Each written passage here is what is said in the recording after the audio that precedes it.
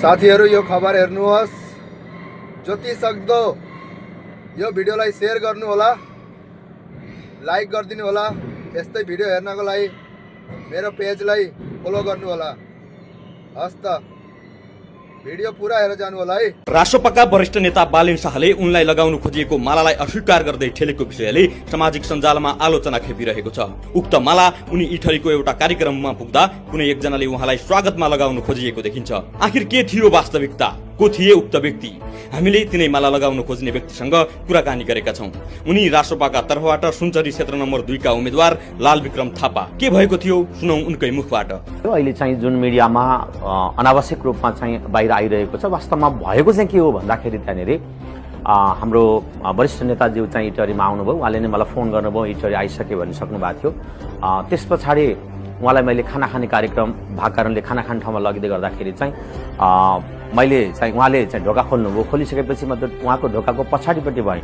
मैले यसरी दिन खोज्दाखेरि उहाँलाई के लाग्यो कि मलाई चिन्नु भएन उहाँले, र नचिनिसकेपछि उहाँले यस्तो गर्नुभयो।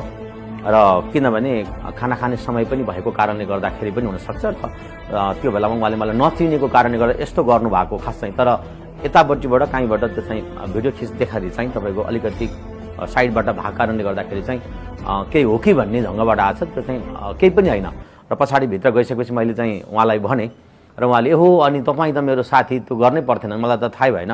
म फुत्त आएँ। यस्तो गर्दाखेरि ढोका खोलेर गर्दाखेरि लगाउँदाखेरि त्यो भएको हो भनेर चाहिँ उहाँले भन्नुभएको। खास केही होइन, बाहिरपट्टि चाहिँ अब यही त हो नि, राजनीति भइरहेछ होइन।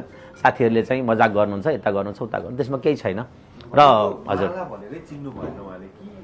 माला भनेर चिन्नु भएन। पहिलो कुरा चाहिँ यस्तो मैले गर्दाखेरि चाहिँ उहाँले खास चाहिँ तपाईँको किनभने ढोकाबाट निस्किने बित्तिकै किन बाहिर एकदमै धेरै क्लाउड पनि थियो, एउटा कुरा त्यो पनि भयो। दोस्रो कुरा चाहिँ फेरि के रहेछ भनेपछि मैले नेपालको झन्डा पनि बोकिरहेको थिएँ। त्यो झन्डा भनेको चाहिँ बोक्दै गर्दाखेरि चाहिँ अहिले अब यो आचार संहिताका, निर्वाचन आचार संहिताका कुराहरू पनि छन्।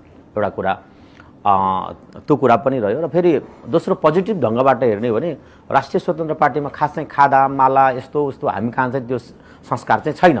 तर यद्यपि किन गर्नुभयो त तपाईँ? अब प्रदेशकै महामन्त्री सबै कुरा थाहा पाउँदै गर्दा भन्दाखेरि चाहिँ अब भावी प्रधानमन्त्री आउँदै हुनुहुन्छ इटलीमा होइन, मेरो घरमा आउँदै गर्दाखेरि कमसेकम चाहिँ एउटा हाम्रो नेपाली संस्कार त फेरि पनि छ।